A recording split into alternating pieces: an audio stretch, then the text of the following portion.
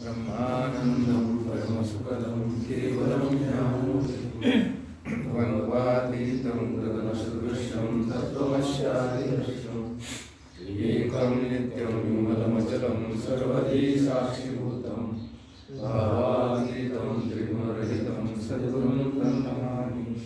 विनायकं गुरुं नौमि सागरेणामृतस्मृतं येषां चरणसान्निध्यादेवामुक्तावरुतिः सागरेवंशविख्यातं ज्ञानदानपरायणं विनायकं गुरुवन्देयो वन्दनं ज्ञानप्रतापविलसत्वचनामृतं च अद्वैतभावप्रदायकमुनीश्वरस्य ज्ञानेश्वरस्य भगवान् धीमहि श्रीरङ्गनाथं राजनस्तुत्यं श्रीरङ्गनाथं गुरुराजवर्यं मोक्षज्ञानदानैकलक्ष्यं प्रभावतीक्षेत्रनिवासिनं नमामि वेदान्तवेदान्तकृष्णम्।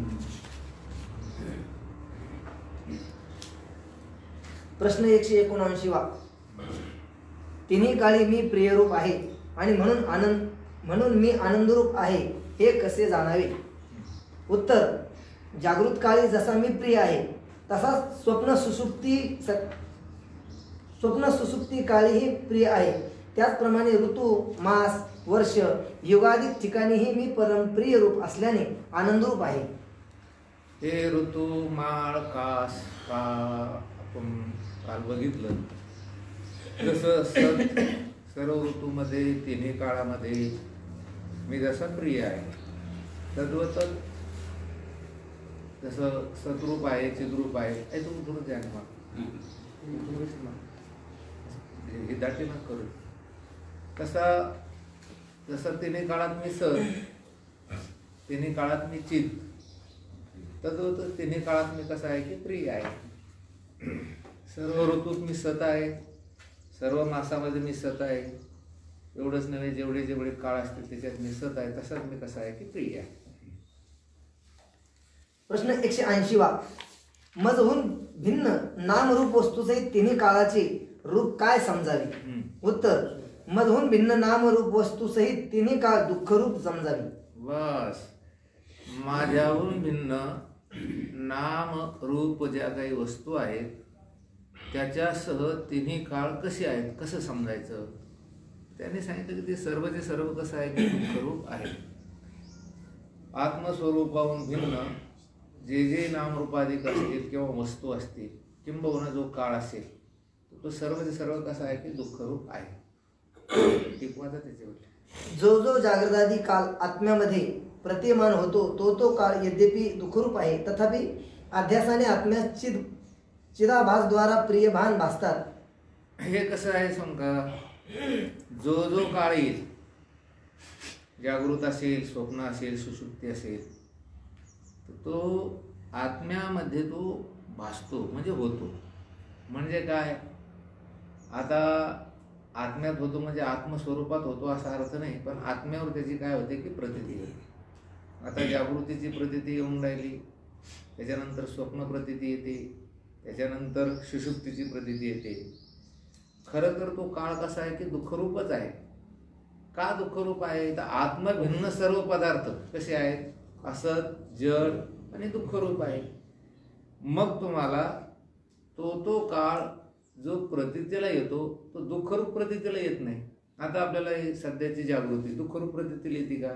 नाही. काय होतं त्याचं, चिदाभासद्वारा अध्यासाने ते प्रियभान होतो. म्हणजे त्याच्यात कशाचं भान होतं? प्रियतेचं.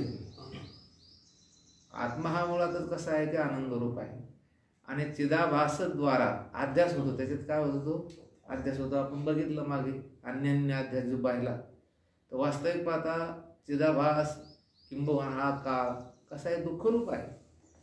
पण त्याच्यामध्ये त्याचं दुःखत्व जाऊन आपल्याला तिथे काय वाटतं? तो सुखस्वरूप का झाला बरं? अध्यास झाला. त्याच्यात दुःखरूप भान होण्याच्या ऐवजी आपल्याला कोणतं भान होतं? प्रिय भान होतं, प्रियरूपाचं भान होतं. हां, विचाराद्वारा ते दुःखरूपाचं भान ठरेल, पण सर्वसामान्य लोकांना कशाचं भान होतं? त्याच्यात प्रियतेचं. तेव्हा अन्य काळाचा प्रिय प्रत्ययास येत नाही. याकरिता सर्व काळामध्ये त्याची व्याभिचारी प्रीती आहे आणि दुःखरूप होय, आणि आत्म्यामध्ये म्हणजे स्वरूपी अव्याभिचारी सर्वदा प्रीती आहे. यास तो आत्मा आनंदमय आहे. हे बघा, आपल्याला जो जो काळ येईल तर त्या काळामध्ये आत्म्याची अव्यभिचारी प्रीती आहे. कशी आहे? आत्मा हा कुठल्या काळामध्ये तुम्हाला प्रिय नव्हता असं जर विचारलं तर कुठल्या काळामध्ये नाही? सर्व काळामध्ये त्याची कशी आहे? अव्यभिचारी म्हणजे व्यभिचारी नाही. आणि हे जे तिन्ही काळ आहेत हे एकमेकांमध्ये कसे आहे की व्यभिचारी आहे. त्यांची प्रीती सुद्धा कशी आहे? व्यभिचारी आहे. आपल्याला फक्त वर्तमान काळ हा कसा वाटतो? प्रियभान होतो. भूतकाळ किंवा भविष्यकाळ याचा काही आपण जास्त विचार करीत नाही. सोप्या भाषेत आपण जागृती, स्वप्न, सुषुप्ती शिकलो की नाही? मग जागृती, स्वप्न आणि सुषुप्ती आत्म्यामध्ये आहे का? नाही. तर तिन्ही अवस्थामध्ये आत्मा नाही का? आहे. तद्वत हे जे काळ आहे या तिन्ही काळाचं परस्परामध्ये प्रियभान होत नाही. काय होत नाही? प्रियभानमध्ये ते कसे आहे की त्यांची परस्परामध्ये आपल्याला एक काळ सुखाचा वाटतो आणि दुसरा काळ कसा वाटतो? दुःख. आता सध्या बऱ्याच लोकांना असं आहे, आपण वर्तमान काळ कधी आपल्याला सुखाचा वाटत नाही. कधी कधी आपण भविष्याचं काय करतो की चिंतन करतो, नाही तर मागचा काळ बरा होता असं वाटतं. म्हणून हे जे प्रियभान आहे ते हे व्यभिचारी आहे. परंतु आत्मा मात्र आपल्याला जो प्रियभान होतो कोण किंवा जो प्रिय वाटतो तो कसा आहे? अव्यभिचारी. स्वतःला आत्म्याला कोणत्याही काळामध्ये मी अप्रिय आहे असं कधी वाटत नाही. प्रश्न 181 आनंद व दुःख यांचा निर्णय कोणत्या युक्तीने होतो? उत्तर: आनंद आणि दुःख यांचा निर्णय अन्वय व्यतिरेक या युक्तीने होतो. आता ह्या कलेमध्ये अन्वय व्यतिरेकाचं जास्त चिंतन आलं.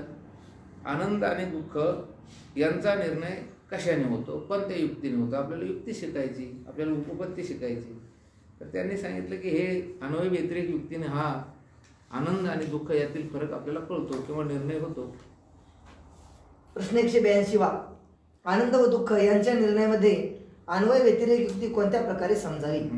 उत्तर: जो मी जागृतीत परम प्रेमरूप आहे तो स्वप्नामध्ये प्रेमास्पद आहे. यास्तव मी आनंदरूप आहे.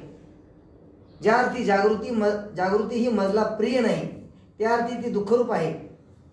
यास्तव आनंद आणि दुःख यांच्या निर्णयात अन्वय व्यतिरेक युक्ती समजावी. हे बघा काय आहे, जो मी जागृतीत परम प्रियरूप आहे, प्रेमरूप आहे. आता आपलं जे मूलतः स्वरूप आहे आत्मस्वरूप हे जागृतीमध्ये कसं आहे की प्रेमरूप आहे. हे आता पुढे त्यांनी परत काही चांगल्या प्रकारे प्रक्रिया मांडलेली आहे. कधीही आपल्याला आपण कधीच स्वतःचा आत्मा हा आत्मा कधीच त्याला दुःखरूप वाटत नाही. आपण आपल्याला स्वतःला कसे वाटतो? प्रेमरूपच वाटतो. मग जागृतीत मी कसा आहे की प्रेमरूप आहे, तो स्वप्नामध्ये प्रेमास्पद आहे, स्वप्नामध्ये तोच आहे, तोच आत्मा कसा आहे की प्रेमाचा विषय. आता तुम्ही स्वतःला प्रेमरूप आहात किंवा प्रिय आहात. जागृतीत तुम्हाला दुसरा प्रिय वाटतो कोणी? हे स्वप्नामध्ये कोणी दुसरा प्रिय वाटतो का? नाही. आता जागृतीमध्ये सर्वात जास्त प्रेमास्पद जर कोण असेल तर आत्मा आहे. स्वप्नात कोण आहे? स्वप्नात सुद्धा कोण वाटतंय आपल्याला? सोप्या भाषेत बोलू का? आता जसं हे सर्व विश्व माझ्यासाठी आहे असं वाटतं का नाही? उपभोगासाठी. हे सर्व विश्व कोणासाठी वाटतंय? माझ्यासाठीच वाटते. हे कुटुंब माझ्यासाठी. आज त्याला हे सर्व जग स्वतःसाठी घेता येत नाही हा भाग वेगळा आहे. तो घ्यायलाही बसला का? स्वतःसाठी हे जग अख्खं तो घ्यायला बसला. पण या सर्व जगामध्ये परमप्रिय जर कोण असेल तर माझा मीच आहे असं कधी वाटतं आपल्याला? जागृतीमध्ये. स्वप्नात कसं वाटतं? स्वप्नात असं वाटतं का की दुसरं प्रिय आहे आपल्यापेक्षा? नाही. म्हणजे जो मी जागृती स्वतःला प्रेमरूप आहे तोच मी स्वप्नामध्ये प्रेमाचा आस्पद म्हणजे प्रेमाचा विषय आहे. ज्या अर्थी जागृती ही माझला प्रिय नाही. काय आहे की जागृती ही माझला प्रिय नाही. कल्पना करा की तुम्हाला सतत जर जागे ठेवलं, तुम्हाला ती जागृती प्रिय होती का? राहा तुम्ही. 24 तास कोण राहतं सांगा बरं जागं? कोणीच राहू शकत नाही. राहतात काही लोक कामात, पण 24 तास 48 तास राहतील. किती दिवस राहतील? जागृती प्रिय जर असते तुम्हाला तर तुम्ही कायम जागृतीमध्ये राहिला असतात. पण ती प्रिय नाही, त्या अर्थी ती दुःखरूप आहे. त्या अर्थी काय आहे? ती दुःखरूप आहे. तुम्हाला जेवण प्रिय आहे का नाही? जेवत राहा, बंद नका करू. जेवण प्रिय आहे ना, मग जेवण थांबूच नका. प्रिय आहे का तो? तुम्ही कुठलाही विषय घ्या, तुम्हाला जर तो विषय, आता हे जे पैसे मोजणारे लोक असतात ना, पैशात राहणारे, पैसाच टाका त्यांच्या पुढे, त्यांना सांगायचं झोपायचं नाही. पैसा सुखरूप वाटतो का दुःखरूप वाटतो? दुःखरूप वाटतो. जी वस्तू तुमची तुम्हाला प्रिय आहे त्याला माणूस कांटाळत नसतो ना. कांटाळत असतो को म्हणतात. कळायला की मी काय बोलून राहिलो? तुम्हाला जर प्रिय आहे ना ती, तर काही लोकांना आता समजा हे नवीन मुलं आहेत त्यांना बायको अशी पाहिजे. तुला म्हणा, त्याला म्हणा बायकोच्या पुढंच बसतो. बायको तुझ्याकडे तोंड करून आणि तू बायकोकडे तोंड करून, चालू दे तुला काय गप्पा करायचं तर कर, चालू दे. किती दिवस करेन गप्पा म्हणतात. ती जर प्रिय आहे ना तुला, प्रिय का? प्रिय नाहीये. प्रिय कोण आहे? स्वतःची स्वतः. म्हणून ज्या अर्थी प्रिय नाही त्या अर्थी ती दुःखरूप आहे. काय? ज्या अर्थी ती जागृती कायम आपण त्या ठिकाणी उपभोगू शकत नाही. म्हणून जागृती प्रिय भान जे होऊन राहिलं ते आत्म्यामुळे प्रिय भान होऊन राहिलं. तिचं जागृतीचं जे प्रिय भान होते आपल्याला, जागृती जी चांगली वाटून राहिली ती कशामुळे वाटून राहिली? आत्म्यामुळे. आणि जर तीच खरी परमप्रियाचा विषय किंवा परमप्रेमास्पद जर ती असती तर आपण तिला कांटाळू नसतो. त्या अर्थी ती कशी आहे? दुःखरूप आहे. यास्तव आनंद आणि दुःख याच्या निर्णयात अन्वय व्यतिरिक्त युक्ती समजावी. आता बघा, जागृती असेल तरी आपण स्वतःला प्रेमरूप आपण वाटतो. स्वप्नात कसं वाटतो आपण आपल्याला? प्रेमरूप. आणि सुषुप्तीमध्ये सुद्धा प्रेमास्पद. म्हणजे त्याचा अर्थ असा आहे की जागृती, स्वप्न, सुषुप्ती या 3 अवस्था प्रेमासाठी व्यतिरेक आहे. त्यांचा कसा आहे? ते व्यतिरेक आहे. ते प्रेमात त्यांचे ते टिकून राहत नाही. जागृतीत, स्वप्नामध्ये. पण आपण मात्र 3 अवस्थेमध्ये अन्वय रूपानं प्रेमाचा आस्पद आहोत, म्हणजे प्रेमाचे विषय आहोत. जागृती काही काळ प्रेमाचा विषय राहील, नंतर राहणार नाही. बरं, स्वप्न काळ काही काळ प्रेमाचा विषय राहील, नंतर राहणार नाही. सुषुप्ती काही काळ प्रेमाचा विषय राहील, नंतर राहणार नाही. आणि आपण 3ही काळामध्ये आपण आपला प्रेमाच्या आस्पदाचा अन्वय आहे. काय आहे? प्रेमाच्या विषयाचा काय आहे? अन्वय. अर्थात आपण प्रेमस्वरूप आहोत हे 3ही अवस्थामध्ये आपल्याला जाणवतं. पण ह्या अवस्था मात्र प्रेमस्वरूप नाही, ह्या कशा आहेत? दुःख स्वरूप आहे. आता उगीच आपण त्या अवस्थेच्या पाठीमागे लागतो. स्वप्नात असं वाटतं की जागृती चांगलं असेल, जागृतीत असं वाटतं की झोप चांगली असेल. पण नाही, चांगलं जे वाटून राहिलं ते कशामुळे वाटून राहिलं आपल्याला? आत्मस्वरूपाचा त्याच्यावर काय होऊन राहिला? अध्यास. प्रश्न 183 वा. मी परमप्रिय आहे हे कसे जाणावे? उत्तर. दृष्टांत. पुत्राच्या मित्राचे ठाई जे प्रेम आहे ते केवळ स्वपुत्राकरिता होय. तथापि पुत्रासंबंधी जे प्रेम आहे ते काही त्याच्या मित्राकरता नव्हे, करिता पुत्र अधिक प्रिय होय.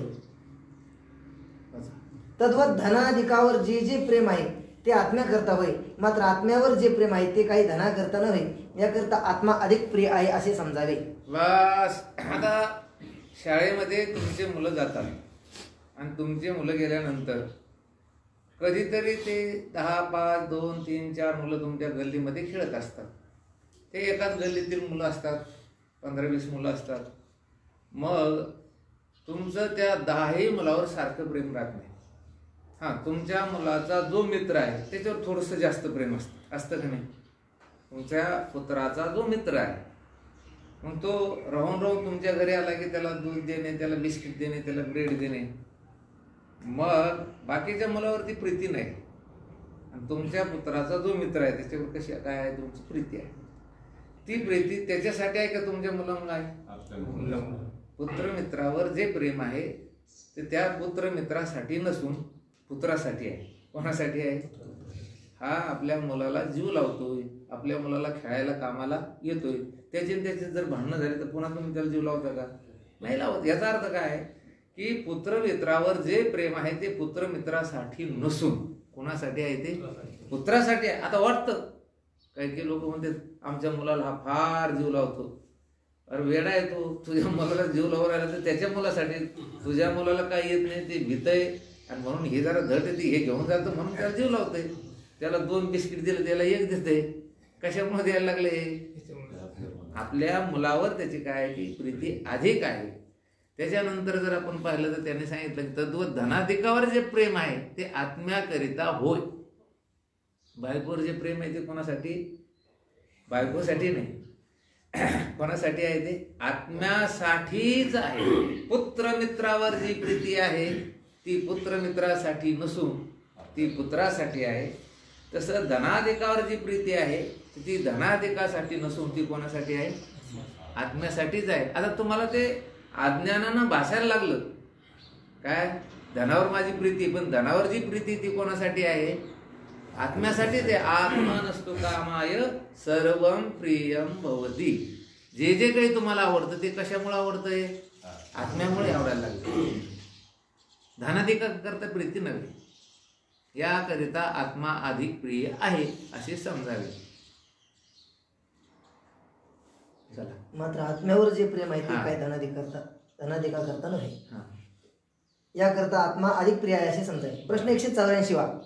प्रीतीचा न्यूनाधिक भाव कसा समजावा? हा, आता या प्रीतीचा, या प्रेमाचा कमी जास्त न्यूनाधिक भाव कसा समजावा ह्याच्यासाठी आम्हाला थोडी प्रक्रिया सांगा. उत्तर: जागृत काळी सर्वाहून अधिक द्रव्य प्रिय आहे. कारण द्रव्याकरिता मनुष्य हा स्वदेशाचा त्याग करून परदेशीही गमन करतो आणि त्याच्या अर्जनाकरिता अत्यंत क्षुद्र कर्मे करण्यासही प्रवृत्त होतो. यास्तव द्रव्य प्रिय होय. आता त्यांनी आपल्याला काय केले की एक युक्ती मांडली आपल्या समोर आणि ती वस्तुस्थिती आहे. जागृतीमध्ये आत्ता सध्या सर्वात अधिक प्रिय काय असेल तर काय प्रिय बघा? धन. त्या मुरीतून तो मुलगा आला होता. कशासाठी? धनासाठी. ते काही बोरमध्ये मुलं पडतात, काही ठिकाणी कुठेतरी जाऊन ते खिंडीमध्ये असे अडकतात. ते खेळत खेळत गेलं आणि ते देवाचं सगळं ते अभिषेकाचं पाणी वगैरे जे जाण्यासाठी मोठी अशी हे ठेवली होती मोरी, म्हणजे मोठं छिद्र ठेवलं होतं. जरा मोठं होतं थोडं असं. आणि त्याच्यात कसं काय गेलं ते पोरग गेल्यानंतर मग काय निघाणामध्ये निघाच ना. बरं, त्याला काय असं काय इकडून काय गज घालून त्याला पलीकडे काढता येतं काय? काहीच नाही. नुसतं रडायचं ते. दगडी मंदिर ते ना पाडता येईना. ती भिंत बघितली जवळजवळ 3-3.5 फुटाची. ती मधात जाऊन ते अडकलं. ते मग अडकल्यानंतर ते लागलं थोडं फुगायला, त्याला तकलीफ होऊ लागली. कशानंच नाही का म्हणते, फक्त त्याला पैसा दाखवला. म्हणजे काय दाखवलं म्हणून ते म्हणता येईल की पैशामुळे पोरग मुरीतून लेकरू बाहेर आलं. मग हे पैसा त्याच्या थोड्या अंतराने ठेवायचं. ते घेण्यासाठी सरक न कळणार मुलगा तरी सुद्धा पैशासाठी मुरीतून बाहेर आला. म्हणतात जागृतीमध्ये सर्वात अधिक प्रीती कशावर असेल तर कशावर आहे? धनावर. हे तर मान्यच करावं लागेल. सध्या वर्तमान काळामध्ये तुम्हाला हे मान्य करावं लागेल. त्याचं कारण आहे की आज आपण जर विचार केला तर मुंबईसारख्या शहरामध्ये जिथे तुम्ही माझ्या मते बहिर्दिशेला बसणार नाही अशाही ठिकाणी लोक अख्खी जिंदगी राहतात. तिथे जेवणं वगैरे स्वयंपाक तयार करणं, जिथे किती मच्छरी अंगावर पडतील रात्रीला हे सांगता येत नाही. तिथं आम्ही एका माणसाला सहज विचारलं कर बाबा तू इथं फुटपाथवर राहतो, खालून मोरी वाती आहे, त्याच्यावर ढापे टाकलेले, त्याच्यावर ते पाल आणि त्याच्यावर ते राहतात. म्हणजे आमच्या 3 पिढ्या इथे गेल्या. किती पिढ्या? 3 पिढ्या.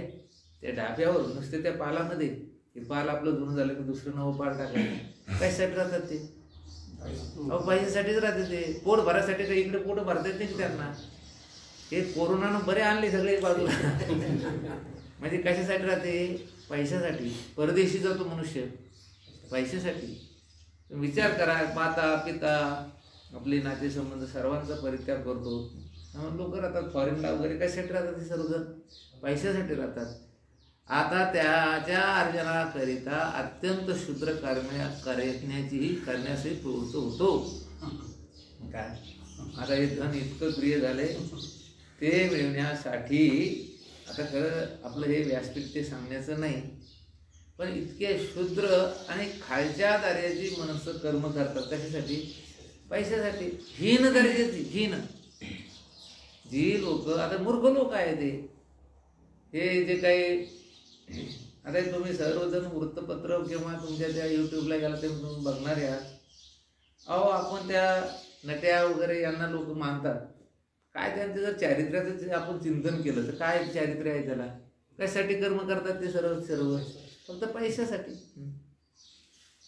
द्रव्यापेक्षा पुत्र प्रिय होईल, कारण पुत्राकडून काही अपराध घडून राजदरबारीत काही झाला असता त्याची मुक्तता व्हावी म्हणून धनाचाही व्यय करताना आपण पाहतो. त्या अर्थी धनापेक्षा पुत्र प्रेमी आहे. बर, आता एक विषय महत्वाचा आहे. सर्वात प्रिय काय आहे? आता धन, आणि त्याच्याही पेक्षा प्रिय जर काय असेल तर पुत्र. का? एखादा अपराध जर आपल्या स्वतःच्या मुलाने केला तर तिथं पोलीस स्टेशनला कुठं अन्य ठिकाणी कितीही रुपये अचानक देण्याचा तर प्रसंग आला तरी ते देतात. म्हणून काय प्रिय आहे त्याला? आता पुत्र प्रिय आहे. द्रव्य तर प्रिय आहे, पण द्रव्यापेक्षा प्रिय काय आहे? पुत्र आहे. अपघातात मुलगा सापडला, शेती विकून का होईना आपण त्याला काय करतो की तिथं पूर्तता करतो आणि मुलाला वाचवतो. म्हणजे प्रिय काय आहे? पुत्र प्रिय आहे. पुत्रापेक्षाही स्वशरीरावर प्रीती जास्त आहे, कारण प्रसंगवशात पुष्कळादी काही प्रसंग आला असता स्वशरीर संरक्षणार्थ स्वपुत्राचाही त्याग केल्याची उदाहरणे आपणास सापडतात. म्हणून पुत्रापेक्षा स्वदेहावर अधिक प्रेम आहे. हे वर्तमान काळात आता तुम्हाला हे सगळं कळतंय. आता जे बऱ्याच मुली विकल्या जातात, मुलं विकले जातात. कशासाठी विकले जातात? पैशासाठीच विकले जातात. स्वतःच्या चैनीसाठी विकले जातात, स्वतःच्या हौशीसाठी बरेच मुलं विकले जातात. बबनदादाला असं वाटतं खरंच का कोण विकत असतील? विकतात बबनदादा. आपल्याला वाटतं आपण नाही विकणार, पण बरेच लोक असे की दुष्काळामध्ये म्हणा किंवा अन्य कारणासाठी म्हणा स्वतःची मुलं विकतात. म्हणजे याचा अर्थ स्वतःच्या चैनीसाठी, स्वतःच्या संरक्षणासाठी, स्वतःच्या प्रेमासाठी आपण मुलालाही विकतो. म्हणजे याचा अर्थ पैशापेक्षा मुलगा प्रिय आहे आणि मुलापेक्षाही स्वतःचं शरीर प्रिय आहे. शरीराहून इंद्रिय प्रिय होईल, कारण की कदाचित कोणी आपणास ताडण करण्यास्तव आला असता इंद्रियाचे संरक्षण करण्याचा प्रयत्न सुरू असल्याचे आढळते. हे आपल्याला आता हे अनुभवात आहे सर्वांच्या. एखादा कोणी मारायला लागला तर त्याला कान फडीत द्यायला लागला तो पटकन काय करतो? असा हात लावतो. त्याला डोळ्यावर बुक्का मारायला लागला तो काय करतो? हात लावतो. याचा अर्थ काय? शरीरापेक्षा जास्त प्रीती कशावर आहे? इंद्रियावर. अधिक प्रीती आहे धनावर, धनापेक्षा स्वतःच्या पुत्रावर, पुत्रापेक्षा स्वतःच्या शरीरावर, आणि स्वतःच्या शरीरापेक्षाही आपल्या इंद्रियावर जास्त प्रीती. इंद्रिय जास्त आवडतात आपल्याला. माझ्या देहाला ताडण कर, पण माझे नाजूक डोळे, कान, नाक, मुख यांना मात्र इजा करू नको, असे उद्गार सहज निघतात. करिता शरीरापेक्षा इंद्रिय प्रिय आहे. पाठीत मला 2 काय अजून 5 तो काय कर की धपाटे घाल, पण माझा डोळा फोडू नको, कान फोडू नको, माझे दात पाडू नको, माझ्या हाताला काही तोडू नको. म्हणजे काय प्रिय आहे आपल्याला आता याच्यात? इंद्रिय प्रिय आहे. इंद्रियापेक्षा मन प्रिय आहे, कारण की काही घोर कर्मापासून राजाकडून जर याला देहांत प्राण हरण करण्याची शिक्षा झाली असता तो स्पष्ट म्हणतो की माझे धन, स्त्री, गृह याचे तुम्ही हरण करा, परंतु माझे प्राण घेऊ नका. मन आणि प्राण हे शब्द त्यांनी आता आपल्याला एक युक्ती सांगून राहिले ते. तर या इंद्रियापेक्षाही जास्त प्रिय जर काय असेल तर प्राण आहे. मनाचा आणि प्राणाचा काय की नेहमी संबंध असल्यामुळे त्यांनी मन लिहिलं, पण सर्वात जास्त काय की आपल्याला प्राण आहे. दंड झाला, चोराने आपल्याला एखाद्या दिवस रात्रीला पकडलं तर आपण काय म्हणतो? बाबा तुला काय करायचं तर कर, पण माझा प्राण घेऊ नको. म्हणजे आता विचारद्वारा सर्वात जास्त प्रिय जर काय असेल तर प्राण आहे. असे म्हणत असताही राजाकडून जर प्राण हरण करण्याची आज्ञा झाली तर पुन्हा निकरावर येऊन सांगतो की माझे नाक, कान कापा, डोळे, मुख तोडा, परंतु प्राण शेष राहू द्या. यावरून सिद्ध होते की इंद्रियापेक्षा प्राणप्रिय आहे. ते म्हणतोच ना मग. एखाद्या वेळेस माझे हात काढा, माझा पाय काढा, पण प्राण घेऊ नका. फाशीची सजा मला काय करा की माफ करा. म्हणजे याचा अर्थ या धनाधिकापेक्षा सर्वात जास्त प्रेम जर कुणावर असेल तर ते प्राणावर आहे. प्राणापेक्षाही आत्मा प्रिय आहे, कारण की कोणास जर अधिक व्याधीने पीडा झाली तर तो म्हणतो की प्राणगत होण्यात मी सुखी होईल. यावरून सिद्ध होते की प्राणाहून अधिक आत्मा प्रिय आहे आणि म्हणून आत्मा आनंदरूप आहे. याप्रमाणे प्रीतीबद्दल न्यूनाधिक भाव समजावे. हे बघा, आता बरीच आपण म्हातारी माणसं बघतोय, काय म्हणतात ते, देवाबाई एकदा घेऊन जाय मला आता प्राण खरं प्रिय आहे. त्यांनी असे विनंती करायला पाहिजे देवाला, काय की मला वाचव. ते काय विनंती करायला आता, मला घेऊन जा. म्हणजे ते प्राणालाही सुद्धा कंटाळे. याचाच अर्थ असा आहे की स्वतःचा आत्माच हा अधिक त्याला काय आहे की प्रिय आहे. आणि म्हणून प्राण, मन, इंद्रिय, शरीर, शरीरासंबंधी पुत्र, पुत्रासंबंधी धन हे प्रिय आहे, हे प्रिय नाही असं नाही. पण याच्यामध्ये जर न्यूनाधिक भाव जर समजायचा असेल, सर्वात अधिक प्रिय तेथ प्रियाची परमसीमा. प्रियाची, प्रेमाची परमसीमा जर कोणती असेल तर माऊली नाम आत्मा. आणि म्हणून तर ज्ञानेश्वर माऊलींनी आत्म्याला माऊली हे विशेषण दिलेलं आहे. माऊलीच्या कुशीमध्ये जसा मुलगा स्थिर होतो, दुःख पार विसरून जातोय, तसं आत्मदर्शनामध्ये साधक हा काय होतं की त्या ठिकाणी मला स्थिर होतो आणि सकल दुःखाची निवृत्ती होऊन जाते. इति श्री विचार चंद्रोदय दर्शने सच्चिदानंद विशेष वर्णनाम अष्टम कला समाप्ता. अथ नवम कला दर्शन प्रारंभ. अवाच्य सिद्धांत वर्णन. हे आता काय चाललंय, अवाच्य सिद्धांत वर्णन. बोलण्याचं काम नाही, सिद्धांत तर आपल्याला काय करायचं शिकायचा. अवाच्य. प्रश्न 185. ब्रह्मात्मा जर वाणीस विषय नाही तर त्यास सच्चिदानंदादी या विशेषणाने कसे संबोधले जाते. हे हा मूळ सिद्धांत आहे. तो जर वाणीचा विषय नाही, तो जर नेत्राचा विषय नाही, मग त्याला ही विशेषणे तरी कशाला दिली. काय सच्चिदानंदादी विशेषणे. आपण ती विधेय विशेषणे बघितली, त्याच्यानंतर निषेध्य विशेषणे बघितली. मग तो वाणीचा विषय नाहीच ना. त्याला सच्चिदानंद किंबहुना त्याला जे आपण आता अनंत, अखंड, अद्वैत ही जी विशेषणे दिली, ही तर शेवटी वाणीने दिली की नाही. मग वाचनच बोललो ना, सत कशाने बोललो, वाचन. आणि परमात्मा तर हा वाणीचा काय विषय नाही. उत्तर. ब्रह्मात्म्याचे कित्येक विधेय विशेषणे आहेत, कित्येक निषेध विशेषणे आहेत.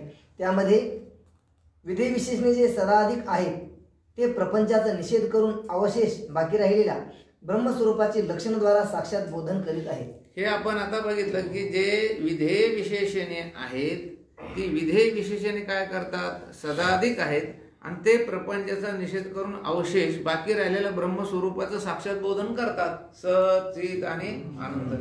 आता ह्याच्यावर आपलं चिंतन झालेलं आहे. निषेध विशेषणे जे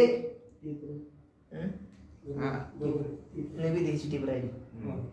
सत आहे, चित आहे, या प्रकारे विधिमुखाने ब्रह्माचे जे बोधक पद ते विधेय विशेषण होईल. आपण बघितलं नाही का, हे सत्पद आहे, हे तुम्ही चांगले आहात. तुम्ही कसे आहात की चांगले आहात. म्हणजे विधिमुखानं तुमचं वर्णन करतोय आपण.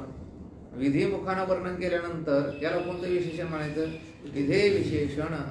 आम्ही जर म्हटलं की हे आता धर्मराज आहे, आम्ही तुम्हाला कुठली उपमा दिली, विधेय उपमा दिलेली आहे. कोणती विधेय उपमा दिलेली. हे दुर्योधन नाही. हे आता दुर्योधन याचा अर्थ चांगलेच आहे.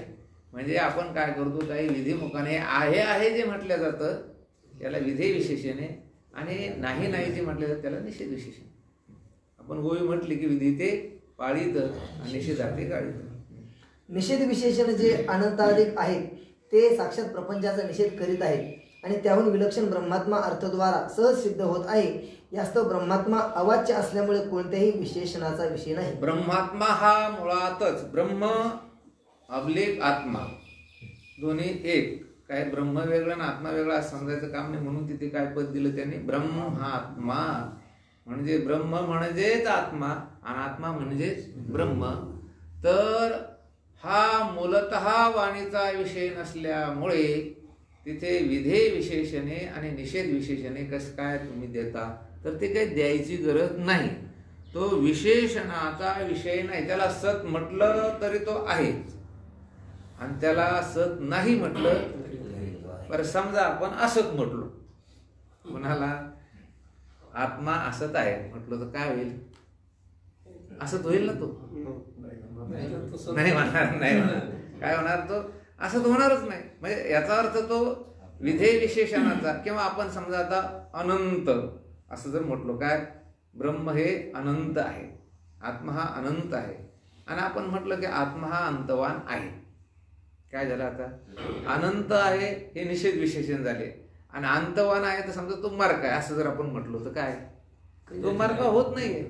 म्हणजे विधेय विशेषणे आणि निषेध विशेषणे त्याला दिली काय आणि नाही दिली काय, तो त्याच्या स्वमहिमेमध्ये आहे. आपण सूर्य हा सूर्य आहे असं म्हटलो, आणि काही जर म्हटले की हा सूर्य नाही, तर सूर्याचं सूर्य पण काही कमी होत नाही.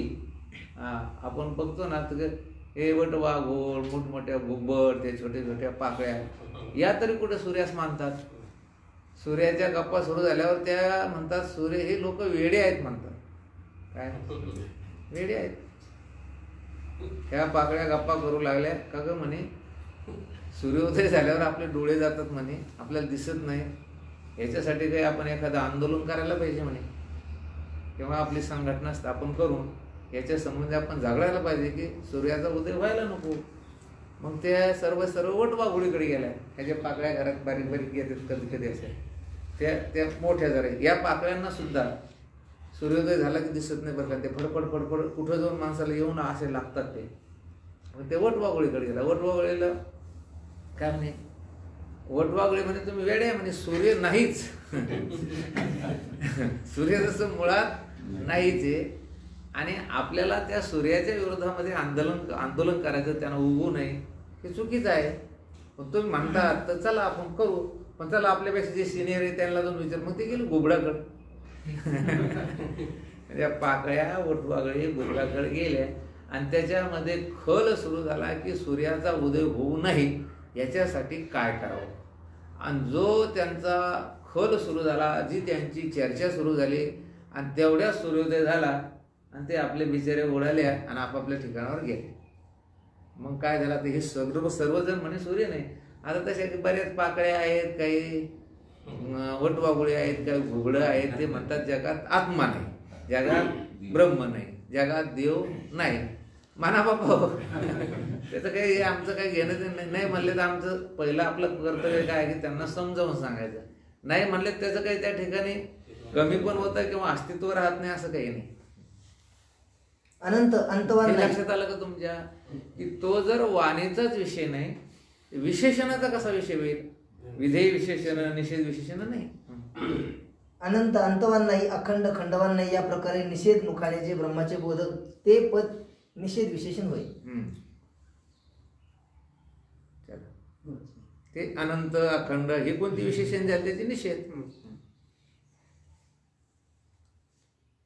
यास्तव ब्रह्मात्मा खाली यास्तव ब्रह्मात्मा अवाच्य असल्यामुळे कोणत्याही विशेषणाचा विषय नाही. वाच्यार्थ अंतकरण वृत्तीरूप ज्ञान आणि चैतन्यरूप ज्ञान दोन्ही भाव मिळून चिद पदाचा वाच्यार्थ लक्षार्थ वृत्ती ज्ञानाचा त्याग करून केवळ चैतन्यरूप ज्ञान लक्ष होय. हे जरा तुम्हाला कळायला अवघडच आहे.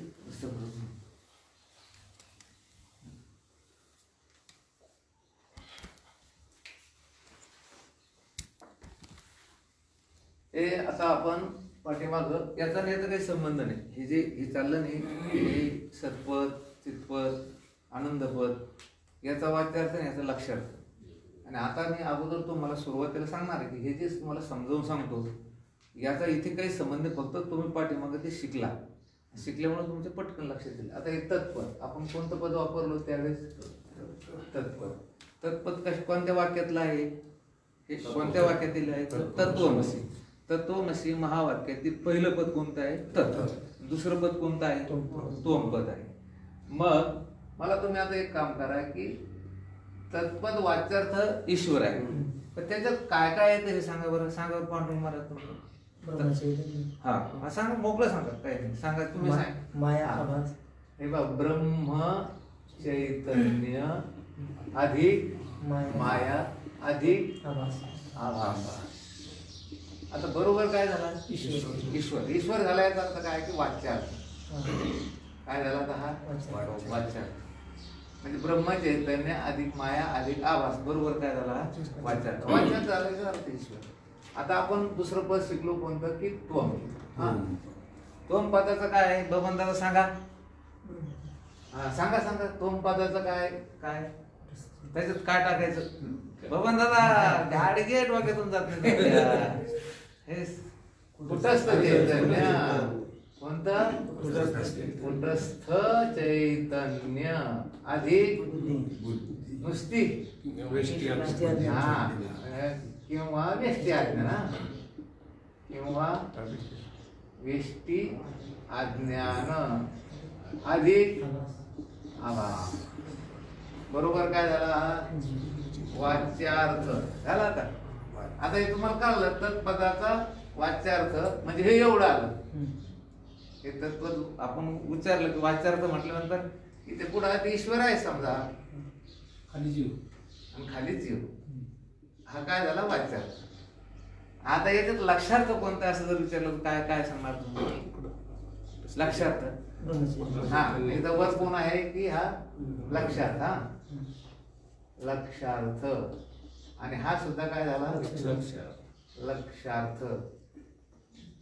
हे मी जर आता समजा हे काढून टाकलं हे इथून हे काढून टाकलं समजा माया आभास. आता हे वाच्यार्थच निघला समजा माया आभास काढला काय झाला आता वाच्यार्थ होतो का तो नाही. वाच्यार्थ कधी होतो ब्रह्मचैतन्य ही जी माया आहे या मायेमध्ये याचा जेव्हा आभास होतो तिन्ही शिवाय वाच्यार्थ होऊ शकत नाही. वाच्यार्थ म्हणजेच ईश्वर. ईश्वर हा शब्द जरी तुम्हाला उच्चारायचा असेल तर त्याच्यात हे ब्रह्मचैतन्य पाहिजे माया पाहिजे आभास. आभास नसेल या दोघात होत नाही. माया नसेल तरी होत नाही या दोघात आणि ब्रह्मचैतन्य नसेल तर मग शून्य येते मग काही होतच नाही. हे कळालं तुम्हाला. पण आपण जर आता समजा हे काढलं तर वाच्यार्थ राहील का नाही. वाच्यार्थ सुद्धा गेला.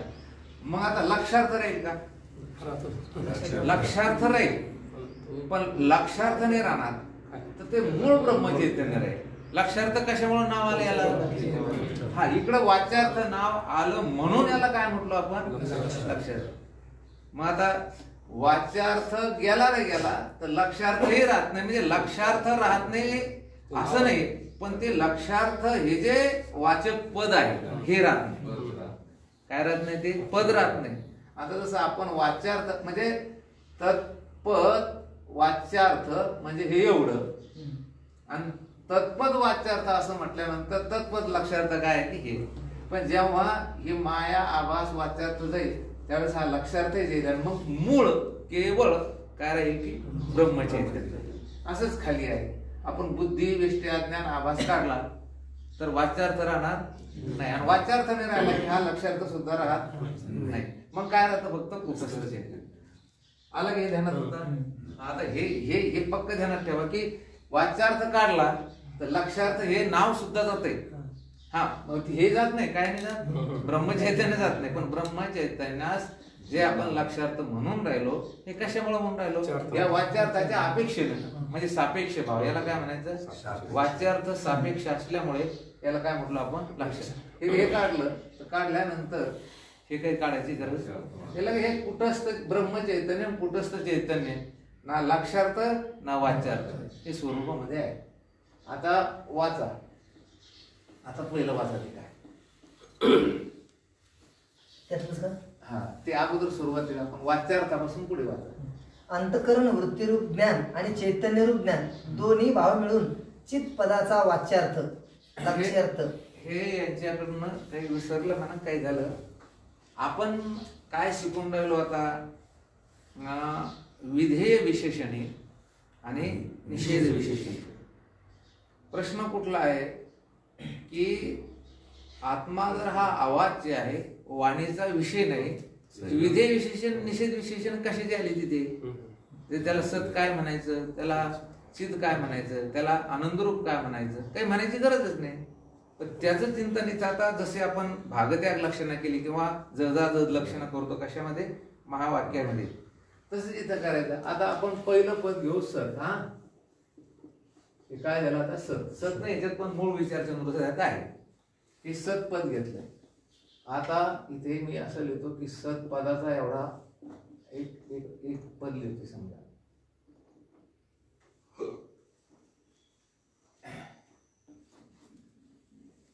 ब्रह्माची निरपेक्ष सत्यता.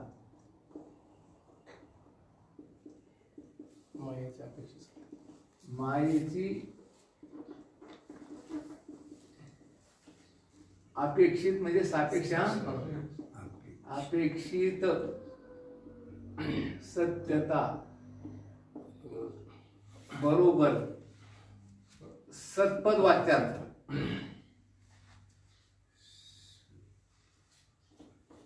बरोबर वाच्यार्थ. हे बघा, ब्रह्म जे सत्य आहे, सत्य ते काय आहे म्हणून सत्य आहे, किती असत्य म्हणून ते सत्य, तसं काहीच नाही. ते कसं सत्य आहे, निरपेक्ष सत्य. अधिक मायेची अपेक्षित सत्यता. माया कशी आहे की सत्य आहे, तसं मुळात सत्य नाही, पण काही पदार्थाच्या सापेक्ष ती कशी आहे की सत्य आहे. घट सत्य आहे का, तुमचा समजा माठ सत्य आहे का, मृतिका सत्य आहे, मृतिका सत्य आहे. मग आता घट, माठ, सुरई हे जरी दिसत असलं, हे सर्व कसं आहे की कार्य आहे. पण कार्य जरी असले तरी मला वाटतं हे नाम रूप वेगळं वेगळं जरी असेल तर मृतिका मात्र ते कशी आहे की सत्य आहे. म्हणजे घट, मठा, घट, रांजण, मोठमोठे गाडगे, परळ याच्या दृष्टीनं मृतिका कशी आहे की सत्य आहे. तर माया जे सत्य आहे ते कशा दृष्टीने आहे, तर हे पंचमहाभूत जे आहे आणि पंचमहाभूतात्मक जे जगत आहे याच्या दृष्टीने ती कशी आहे, सत्य आहे. आता विचार करा, घट किंवा हे पट किंवा हे मठ हे जे सगळं आहे याच्यामध्ये माया आहे का नाही, आहे. आता घटात मठ नाही आणि मठात घट नाही. पट म्हणजे घट नाही, घट म्हणजे पट नाही, तुम्ही म्हणजे मी नाही, मी म्हणजे तुम्ही नाही. पण या जगाचं उपादान कारण माया आहे. म्हणजे माया सत्य आहे का नाही, माया प्रत्येक पदार्थात. माया सत्य कशाच्या अपेक्षा नाही, तर पृथ्वी, आप, तेज, वायू आणि आकाश, आणि ह्यांच्यापासून जे जगत तयार झालं, हे जे जगत म्हणजे जगत आणि पंचमहाभूते याच्या अपेक्षेनं माया कशी आहे, तेवढ्या पुरती. कशी, तेवढ्या पुरती. कसं मूर्ख, आता हा मूर्खच आहे पण आता दुसरे जास्त मूर्ख आहे म्हणून याच्यापेक्षा हे बरं आहे असं असं म्हणण्यात येतं. तसं हे सर्व मिथ्याच आहे. पण आपल्याला शिकायचं, आता काय शिकायचं की मायेची अपेक्षित सत्यता म्हणजे पंचमहाभूताच्या सापेक्ष ती कशी आहे, सत्य आहे. या विश्वाच्या सापेक्ष ती कशी आहे, सत्य आहे. म्हणून ब्रह्माची निरपेक्ष सत्यता आणि मायेची सापेक्ष सत्यता मिळून सत्पदाचा वाच्यार्थ. सत्पद जेव्हा म्हटलं जातं, सत्पद म्हणायची काही गरज आहे का, काहीच गरज नाही. ब्रह्म जर मुळात सत, पण आता सत म्हणूनच राहिलो ना आपण, मग सत म्हणून राहिलो, मूळ ब्रह्माला सत म्हणता येतं का, ते वाणीचा तर विषय नाही. त्याला काय विशेषण देतं, तुम्ही सत म्हणता काय, हा त्याला काय म्हणायचं सत. मी आताच म्हटलो की किती लोक नाही म्हटले सूर्य की हा सूर्य नाही, तर काय सूर्य नाही होणार आहे. तसं तुम्ही सत म्हटले तर ब्रह्म सत, आणि तुम्ही म्हटले ब्रह्म असत, ब्रह्म असत होईल का, नाही होणार. मग सत म्हणायला लागले, तुम्ही त्याला विशेषण कसं काय दिलं, सत्पदाला तुम्ही म्हटले कसं काय, विशेषण सत कसं काय म्हटले. तर सत्पदाचा वाच्यार्थ म्हणजे केवळ एवढं नाही, केवळ एवढं. हे ब्रह्माची निरपेक्ष सत्यता, त्याच्यात मिसळली मायेची सापेक्ष सत्यता, आणि दोन्ही मिळून काय झाला, सत्पदाचा वाच्यार्थ. सत्पदाचा काय झाला, कळालंय. आता याच्यात लक्षार्थ कोणता आहे, हा आता हे आपण काढलं. आता हे काढलं, हे मायेची अपेक्षित सत्यता, याचा त्याग केला, भागत्याग लक्षाने केली ती. आता माया तर नाहीच मुळातच, या मासा माया. म्हणजे आपण आता काय केलं की हे असं काढली माया. आता काय राहिलं, मग लक्षार्थ राहिलं. लक्षार्थ राहिलं म्हणजे ब्रह्माची निरपेक्ष. आपण बाबा आपण वाच्यार्थ काढला ना, आता वाच्यार्थ होईल का हे काढल्यावर. मग आता लक्षार्थ राहिला का, मग आता काय राहिला, ब्रह्म राहिलं केवळ. ते लिहिलं, वाचा चांगलं. त्याच्या हे दिलेलं नाही तिथं, सच्च नाही दिलेलं. हे काय सच्च नाही दिलं, सच्च दुसऱ्या विचारते मुलं काय ते म्हणून विचारलं. आता काय राहिले, ते ब्रह्म राहिलं. कळालं का तुम्हाला. हे आपण लक्षार्थ फक्त या वाच्यार्थामुळे म्हटलो. म्हणून तुम्हाला आता विचारलं की सत्पदाचा वाच्यार्थ कोणता. तर ब्रह्माची निरपेक्ष सत्यता मिळून मायेची अपेक्षित सत्यता आणि दोन्ही मिळून झाला वाच्यार्थ. आणि सत्पदाचा लक्ष्यार्थ कोणता. तर सत्पदाचा लक्ष्यार्थ हा काय हे ब्रह्म. आता असं चित्रच झाला काय. सत्पदाचा वाच्यार्थ हे एवढं आणि सत्पदाचा लक्ष्यार्थ फक्त हे ब्रह्म. आता वाच्यार्थ निघला. आता हे असं असं हे लिहून घ्या नंतर. पण मोडायचंच आपल्याला ध्यानात ठेवा. घरी लिहून घ्या. आता काय झालं की त्याच्यावर पण आहे ना मोबाईलवर. आता आपण जर हे समजा एवढं काढलं आता काय वाच्यार्थ राहिला का. आता काय राहिला फक्त सत्पदाचा लक्ष्यार्थ नाही राहिला. आता काय राहिलं फक्त ब्रह्म राहिलं. कळलं. आता आपण दुसरं पद पाहू.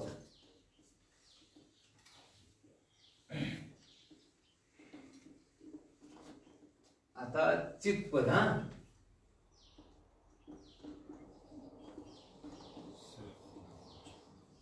चित्पदाचा बोला कोणाला मला जाता. पहिलं बोला काय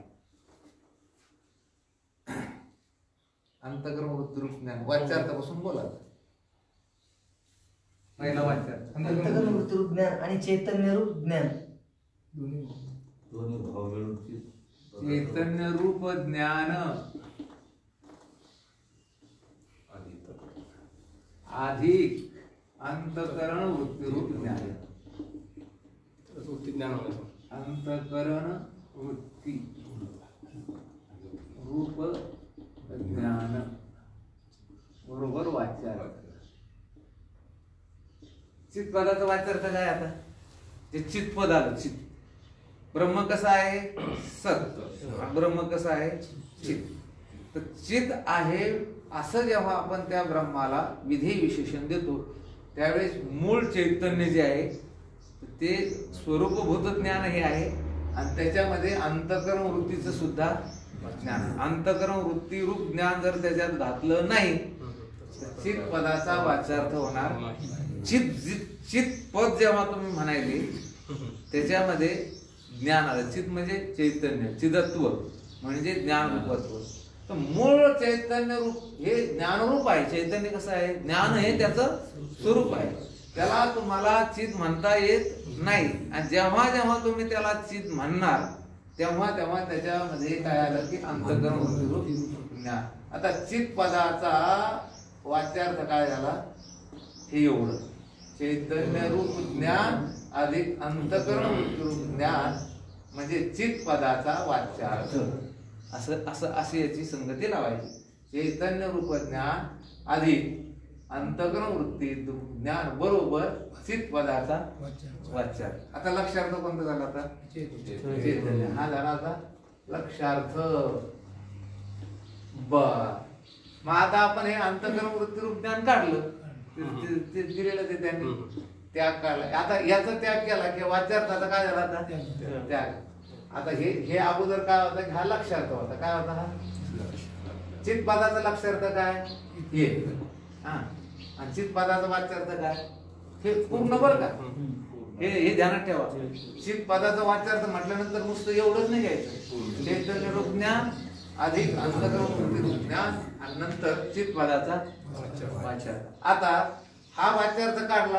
आता हे समजा आपण काढलं. आता हे काढल्यानंतर आता वाच्यार्थ गेला तर मग लक्ष्यार्थ राहिला का नाही. आता लक्ष्यार्थ गेला मग आता काय राहिलं फक्त चैतन्य रूप स्वरूपभूत ज्ञान. चला आता एक सांगितलं की मग नंतर वाचलं कळेल तुम्हाला. असं पण ते समजा पुढंच संबोधले जाते. बस पुढे ते आलं तरच.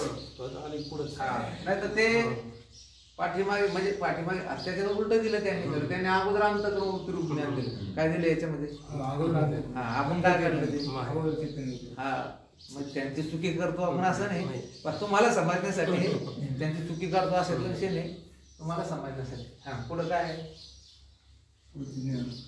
वृत्ती ज्ञानाचा त्याग करून केवळ चैतन्य रूप ज्ञान लक्ष होईल.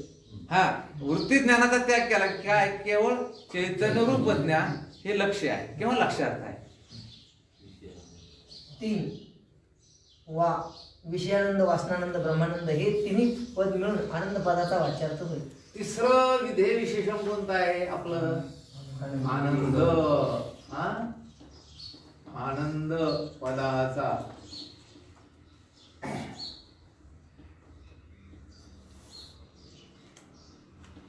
हे बघा आत्मानंद किंवा ब्रह्मानंद. आत्मानंद किंवा ब्रह्मानंद. आनंद आनंद आनंद काय म्हणता तुम्ही? वासनानंद आणि अधिक विषयानंद बरोबर आनंद. मला आनंद झाला. हे बघा आनंद पदाचा वाच्यार्थ. ते काय काय आलं? आत्मानंद आला, वासनानंद आला आणि विषयानंद आला. याच्यात 3 सांगितले त्यांनी. आत्मा म्हणजे कुटस्थ चैतन्याचा स्वतःचा आनंद. वासना म्हणजे मनातली वासना, बुद्धीतली वासना, किंबहुना जो सूक्ष्म दे त्याच्यामध्ये काय राहते वासना. आणि नंतर डायरेक्ट ही विषय म्हणजे आत्मानंद अधिक वासनानंद बरोबर काय झाला? विषयानंद बरोबर आनंद. आनंद पदाचा वाच्यार्थ जर काय असेल तर हे 3 आत्मानंद, वासनानंद, विषयानंद बरोबर आनंद पदाचा वाच्यार्थ. आनंद लिहिणे तिथे वाच्यार्थ वाच्यार्थ. लक्षार्थ कोणता आहे आता पाहणं? आत्मानंद. हा काय झाला की लक्षार्थ. पण आता इकडे वाच्यार्थच काढला आपण. आता हे काढलं सगळं. आता वाचा पुढे काय? ध्वनीचा त्याग करून केवळ ब्रह्मानंद हा आनंद पदाचा लक्षार्थ होईल. हा ब्रह्मानंद हा आनंद पदाचा काय आहे की लक्षार्थ आहे. आणि पुढे लक्षार्थही राहत नाही बरं का. हा आता हे लक्षार्थ हे म्हटलं म्हणून आहे तुम्हाला कळण्यासाठी आपण म्हणायला लावलो काय की लक्षार्थ. नाही त्याला काय म्हणायचं? वाच्यार्थ ज्ञानाचा लक्षार्थ कशाला काढायचं? पण जिथे वाच्यार्थ अगोदर लिहिला त्याचा अर्थ काय आहे की मागे लक्षार्थ आहे.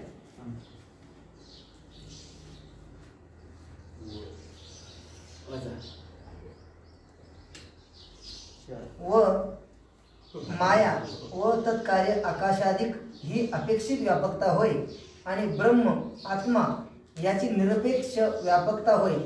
दोन्ही मिळून ब्रह्म विभू पदाचा वाच्यार्थ होय. ब्रह्म म्हणजे बृहत. काय झालं ते?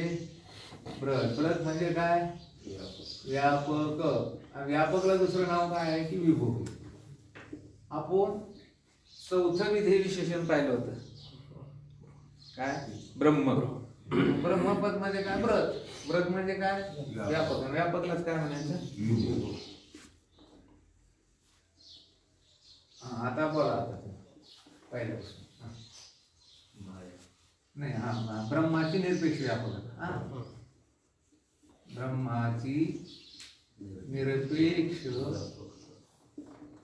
व्यापकता अधिक. आता माया व्यापक आहे पण कशी आहे? सापेक्ष. सापेक्षिक व्यापकता. वाच्यार्थ. कशाचा वाच्यार्थ झाला? विभो विभो म्हणायला लागले तुम्ही. ब्रह्मव्यापक ब्रह्मव्यापक ब्रह्मव्यापक म्हटले की विभू पदाची विभू पदाचा वाच्यार्थ काय झाला? विभू पदाचा वाच्यार्थ कोणता आहे हो? निरपेक्ष व्यापकता मायेची. सरच तुम्हाला ब्रह्म व्यापक आहे असं म्हणावं लागेल.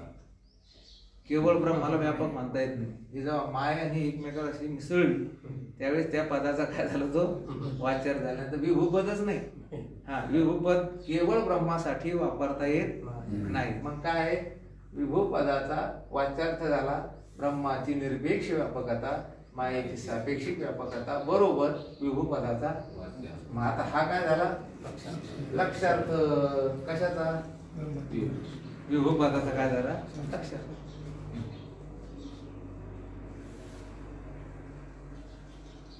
चला केवळ ब्रह्म हे ब्रह्मपदाचा लक्षार्थ होय. हा, केवळ ब्रह्म हे काय आहे? ब्रह्म पदाचं बरं का, ब्रह्म नाही. काय पदाचा. ब्रह्म जे तुम्ही विधेय विशेषण वापरलं त्या ब्रह्म पदाचा लक्षार्थ कोण आहे? केवळ ब्रह्म आहे. आणि वाच्यार्थ कोण आहे? तर ब्रह्माची निरपेक्ष व्यापकता आणि मायेची सापेक्ष व्यापकता. आता साभास बुद्धी पाच क्रमांक. साभास बुद्धीची अपेक्षित स्वप्रकाशता आणि चैतन्याची निरपेक्ष प्रकाशता दोन्ही मिळून स्वयंप्रकाश या पदाचे वाच्य होय. आपण काय म्हटलो आता? आपण काय म्हटलो? आत्मा कसा आहे? स्वयंप्रकाश आहे. स्वयंप्रकाश म्हटल्यानंतर चैतन्याची निरपेक्ष चैतन्याची निरपेक्ष प्रकाशता, निरपेक्ष प्रकाशता अधिक बुद्धीची अपेक्षा. हा. आता बुद्धी सगळ्याचं प्रकाशन करते की नाही? हा, बुद्धी आहे. मला तुम्हाला विचारायचं की पंचविषय प्रकाशमान आहे का बुद्धी प्रकाशमान आहे? बुद्धी प्रकाशमान आहे. पण बुद्धी कोणाच्या सापेक्ष आहे? पंचविषयाची. हा, हे जे पंचविषय आहे. आता बुद्धी जड आहे मुळात, पण बुद्धीमध्ये जो आभास आहे तो कोणाचा आहे? आत्मस्वरूपाचा आहे. म्हणून बुद्धीचा इथे बुद्धी घेतली किंवा तुम्ही अंतःकरण वृत्ती घेतली तरी चालेल. कारण अंतःकरण वृत्ती हा कोणता प्रकाश आहे? विकारी प्रकाश आहे. तो प्रकाशच आहे. तसं बुद्धीमध्ये जो प्रकाश आहे, आता या घटपटाधिकाला कोण जाणतंय?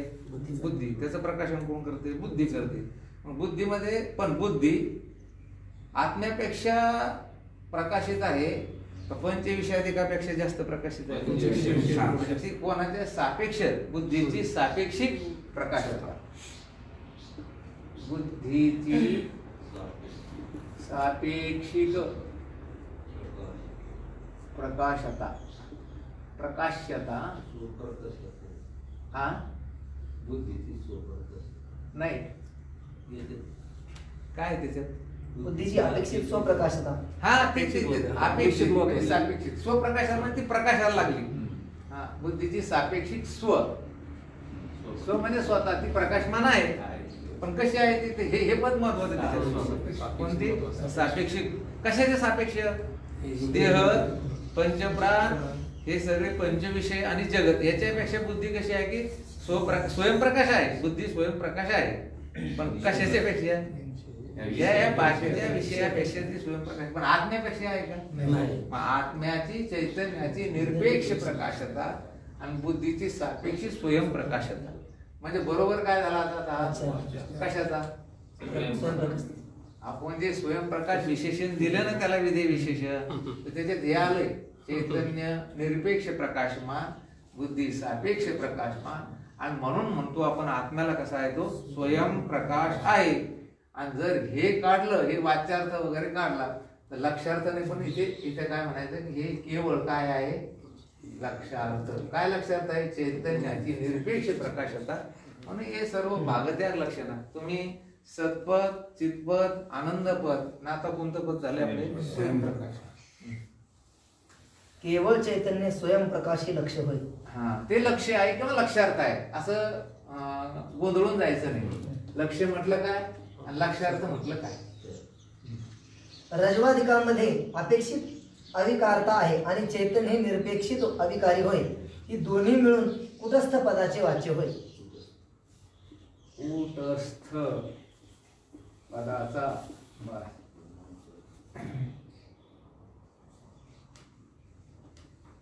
आपण कुट शब्दाचा अर्थ काय केला? सांगा भवन दादा, त्याला कुट काय म्हणलं? स्थिर. हा, स्थिर. पुढे सांगा ना. हे होईपर्यंत माझं त्याला काय म्हणतात बरं? कुट म्हणजे आयरन. आणि त्या आयरनीवर किती घाट म्हणजे आकार घडविले तरी त्या आयरनीत काही विकार निर्माण होत नाही. आता चैतन्याची निरपेक्ष अविकारता आणि रज्जू काय काय दिलं त्याने? रज्जुवादिकाची अपेक्षित अविकारता. रज्जुवादिकाची अपेक्षित अपेक्षित अविकारता, त्याला बरोबर वाचार कळालं हे काय आहे? हा कुटस्थ पदाचा हा काय झाला? काय कळालं? बरं सांग काय कळालं याच्यातलं? रजवाधिकाची अपेक्षित अविकार. रजवाधिकाची म्हणजे आपल्या हे भाषणाच्या दुसरं भाषण होतं. सांगा सांगा मला आता सांगितलं कीर्तना सांगतो. सांगा अण्णा. रजवाधिकाची अपेक्षित अविकार. रज्जूवर सर्प वगैरे किती भासला, रज्जू सर्प भासलं तर रज्जू मात्र विषारी ते अविकार आहे. तो कसा आहे? अविकारी येतो.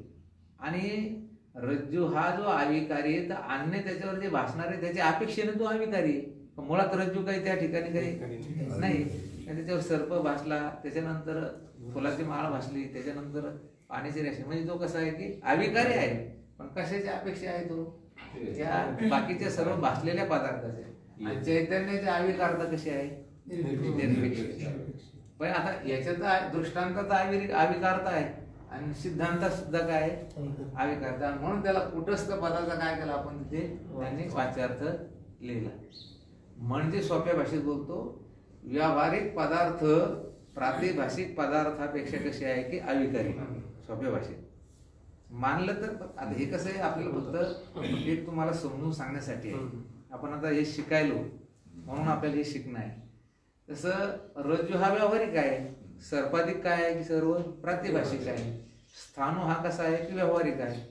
मग अविकारता आहे म्हणजे ते खरंच अविकारी आहे का? तर नाही. पण ह्या सगळ्या ज्या भासलेल्या प्रातिभाषिक पदार्थाच्या सापेक्ष हे कसे आहे की अविकारी. आणि म्हणून याला काय म्हटलं? कुटस्थ म्हटल्यानंतर कधी आता तसंच हे धरायचं. काय धरायचं?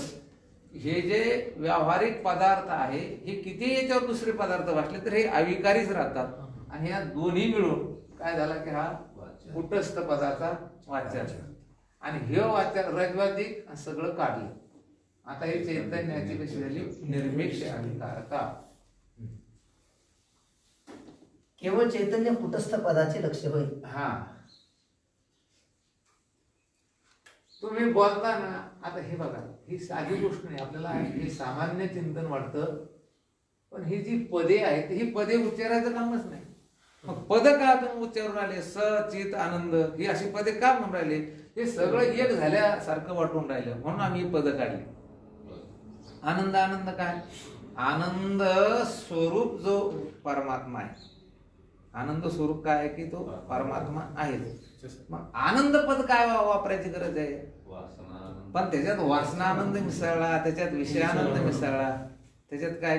आता मला तुम्हाला हे विचारायचं, गोड पदाचा वाच्यार्थ काय आहे?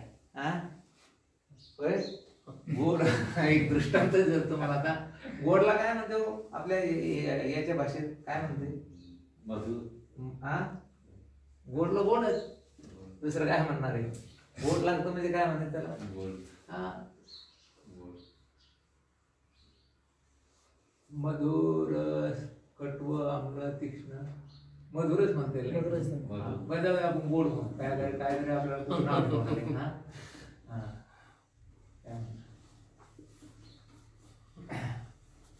साखरेची निरपेक्ष गोडी आणि गुलाबजाम कसे दिले? आता सापेक्षिक गोडी. गोड पदाचा वाच्यार्थ काय आहे? आता गोड पदाचा. आता साखरेला गोड म्हणून राहील तुम्ही का? आता गोड काय म्हणायचं बरं त्याला? जसं गोड म्हणायची काही गरज आहे? गोड हा गोड, ज्याला गोड पदाचा अर्थ कळाला त्याला गोड लागते, आणि ज्याला अर्थ कळाला नाही त्याला गोड लागत नाही किती. मग याचा अर्थ काय? त्याला गोड पद म्हणायचीच काय काय? पण गोड का म्हणून राहिले? तर हे निरपेक्ष गोडी आणि सापेक्ष गोडी एक झाली म्हणून गोड हे पद उच्चारलं.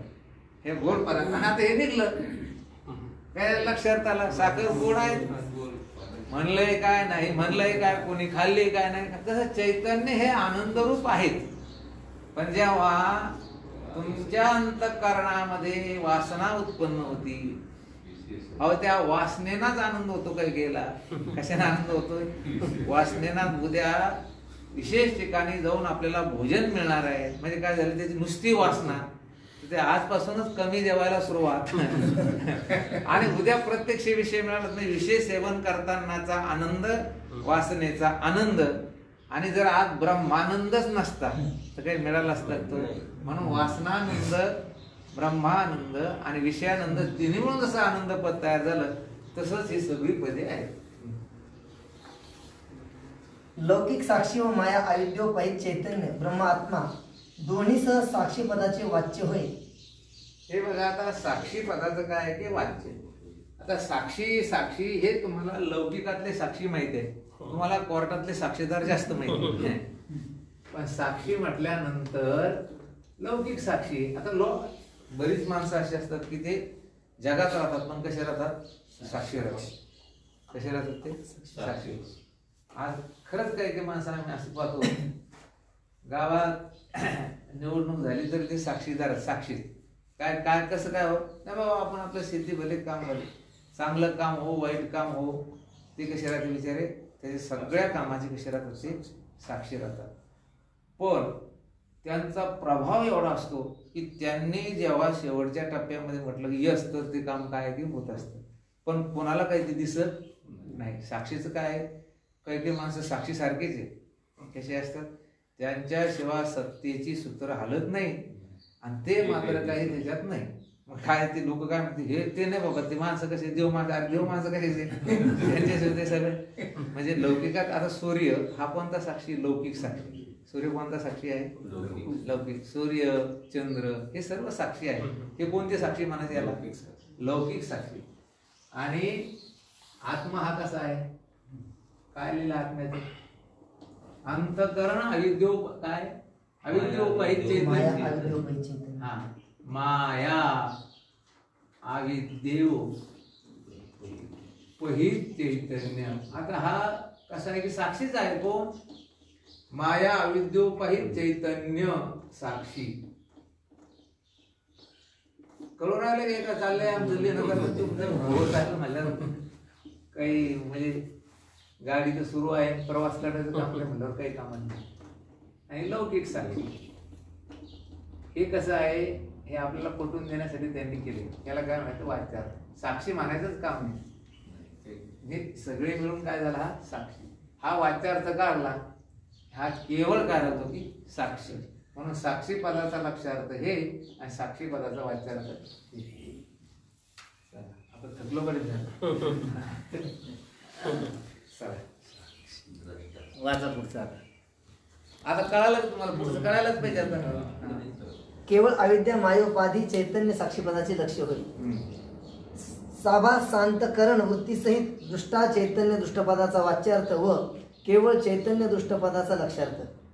याचं चिंतन आपण उद्या कुंडली वरदा विठ्ठल श्री ज्ञानदेव